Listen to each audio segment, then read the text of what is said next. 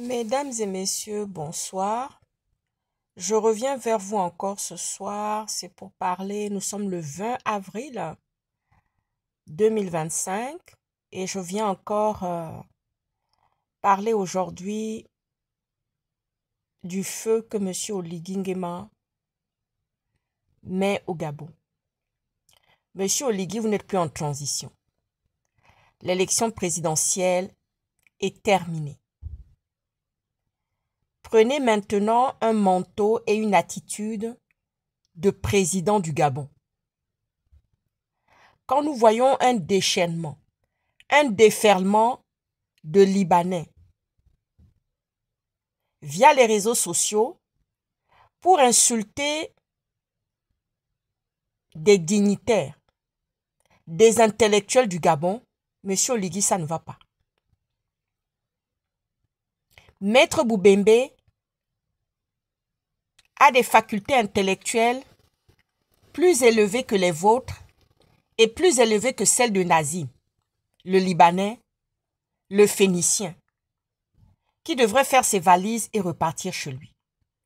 Monsieur Oligui, il est temps que vous rentriez dans le rang en tant que président de la République. On vous attend sur des thématiques plus importantes pour le pays. L'accès à l'eau pour les Gabonais, l'accès à l'électricité pour les Gabonais, l'accès aux soins pour les Gabonais, l'accès à l'éducation pour les Gabonais, l'accès à 3 repas par jour pour les Gabonais, Monsieur Oligui, et un revenu quotidien pour ceux qui ne travaillent pas. Monsieur Oligui, voici vos prérogatives que je vous ai citées maintenant. Comment ça se fait-il qu'aujourd'hui, Maître Boubembe et une magistrate se font copieusement insulter sur les réseaux sociaux alors que nous ne sommes plus dans une élection présidentielle?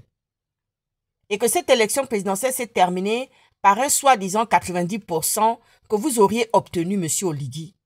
Et vous mettez le feu au Gabon. Vous laissez vos partisans qui n'ont aucune éducation, Monsieur Oligui, ventiler des propos inappropriés sur des intellectuels. Mais vous avez peur de quoi, Monsieur Oligui? Opianga est sorti du pays sain et sauf, Monsieur Oligui. Je crois qu'il y a quelque chose qui vous empêche de dormir. Je sais qu'il y a quelque chose qui vous empêche de dormir. C'est le fait que Hervé Patrick Opianga est sorti du pays sans y perdre une seule plume de son corps. Le fait que Monsieur Patrick Opianga est sorti du pays sans être écorché, sans avoir perdu aucun, comment je pourrais dire ça, aucun fil de son cheveu, Monsieur Oligui, vous êtes perturbé. Qu'est-ce qui vous perturbe, Monsieur Oligui? On ne vous a pas entendu. On vient de perdre une étoile qui est Aaron Moupenza.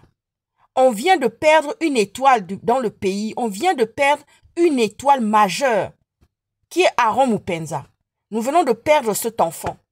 Monsieur Oligui, nous sommes en deuil. Nous avons perdu un jeune cadre, une étoile brillante, montante dans le pays. Nous ne sommes pas nombreux. Nous avons ce deuil-là sur la tête, Monsieur Oligui. On ne vous a pas encore entendu prendre la parole et parler de Aaron Moupenza que nous venons de perdre.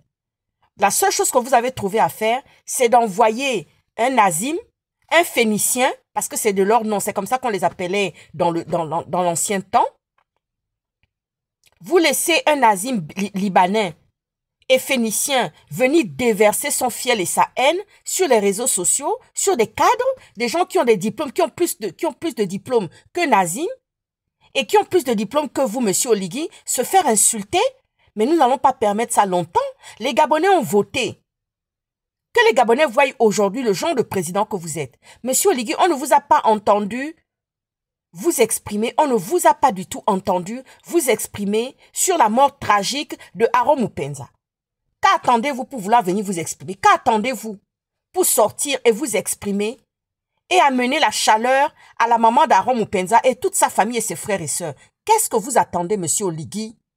Vous auriez dû sortir pour souhaiter déjà des condoléances avec vos épouses. Monsieur Oligui, avec vos épouses, vous auriez dû sortir pour souhaiter les condoléances à la famille de Aaron Mupenza, parce que c'est un jeune que nous avons perdu dans le pays. Nous ne sommes pas nombreux.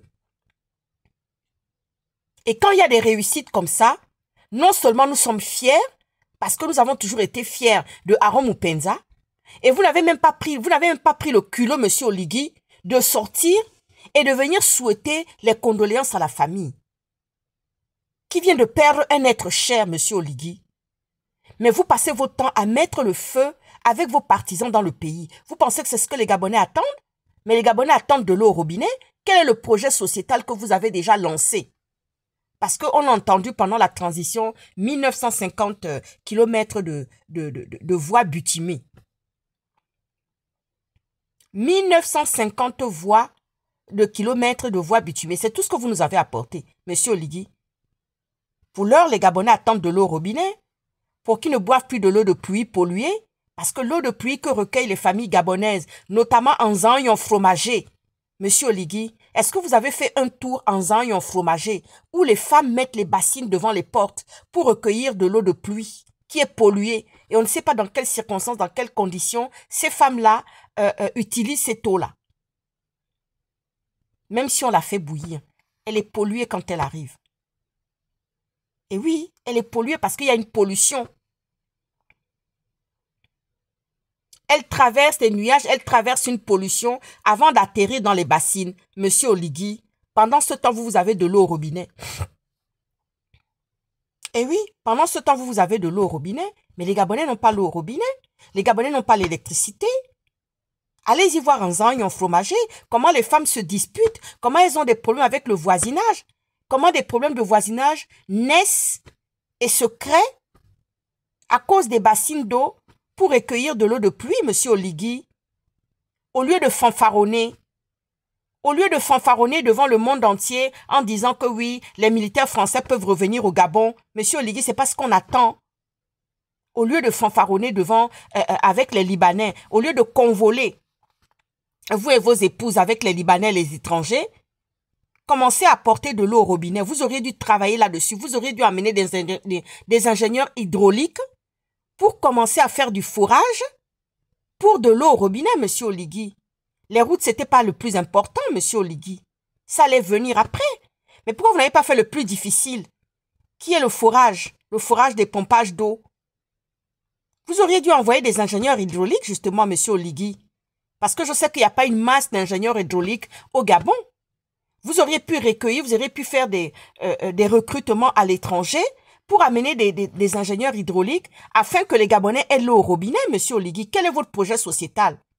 Parce que vous avez vu le projet sociétal de Alain-Claude Bilibinze. Allez-y relire le projet sociétal d'Alain-Claude Bilibinze. Et commencez à travailler là-dessus, monsieur Oligui. Commencez à travailler là-dessus. Parce que lui, il a présenté un projet sociétal. Mais vous n'avez pas présenté un projet sociétal. À quand est-ce que les Gabonais auront de l'eau au robinet avec l'électricité et les soins et l'éducation? Et la justice, monsieur Oligui. Vous vous permettez d'envoyer un Libanais pour attaquer Maître Moubembe et une magistrate. Comment c'est possible, monsieur Oligui? Comment c'est possible?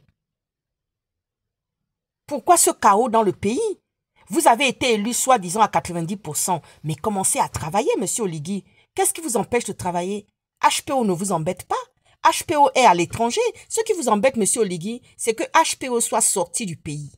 Et vous avez des inquiétudes parce que vous vous dites un jour, HPO reviendra. Mais bien sûr que HPO et Jonas Moulenda et Thibaut Adjatis et le Phénix et Princesse Souba et les autres reviendront un jour, monsieur Oligui. Ce pays nous appartient à tous. Vous n'en êtes pas le propriétaire, monsieur Oligui, du Gabon.